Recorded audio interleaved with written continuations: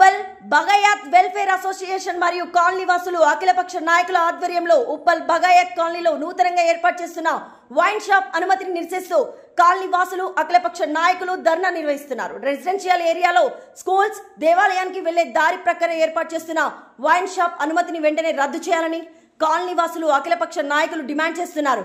లేని ఎడల పెద్ద ఎత్తున ఆందోళనకు దిగుతామని బీజేపీ నాయకులు ఉప్పల్ మాజీ ఎమ్మెల్యే ఎన్వీఎస్ఎస్ ప్రభాకర్ తెలిపారు.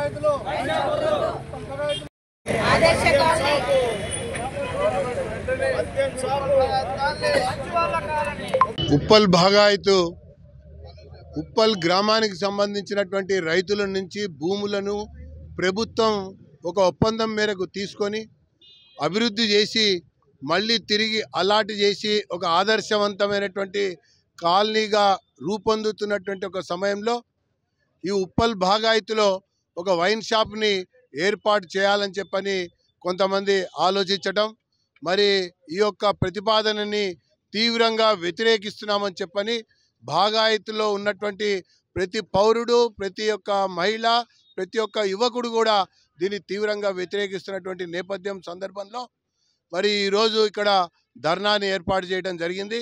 మరి ఖచ్చితంగా ఈ యొక్క వైన్ షాప్ ప్రతిపాదనని విరమించుకోవాలని చెప్పని డిమాండ్ చేస్తున్నాం ఒకవైపున.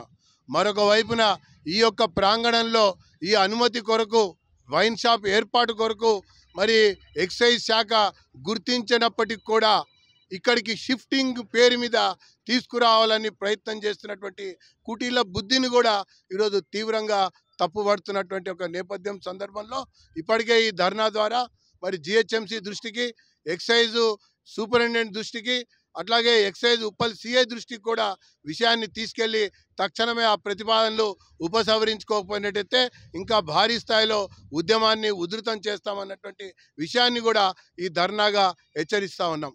ఒకవైపున అక్రమ కట్టడం జరుపుకుంటూ మరొక వైపున ఇక్కడే ఏర్పాటు చేస్తామని కొంతమంది శక్తులు ప్రయత్నం చేయడాన్ని కూడా తీవ్రంగా తప్పుపడుతూ ఈరోజు ప్రభుత్వం కూడా కళ్ళు తెరవలసినటువంటి అవసరం ఉన్నది.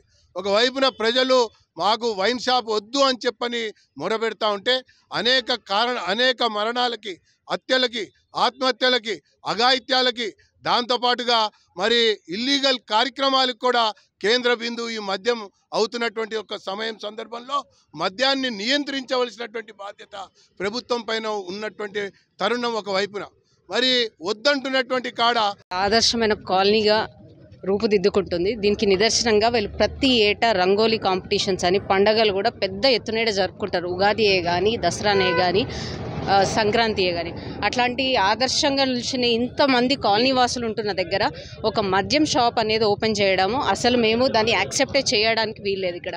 ఎందుకు అంటే షిఫ్టింగ్ పర్పస్ మీద అగెయిన్స్ట్గా, రీటైల్ లైసెన్స్కి అగెయిన్స్ట్గా వీళ్ళు చేస్తున్నారు.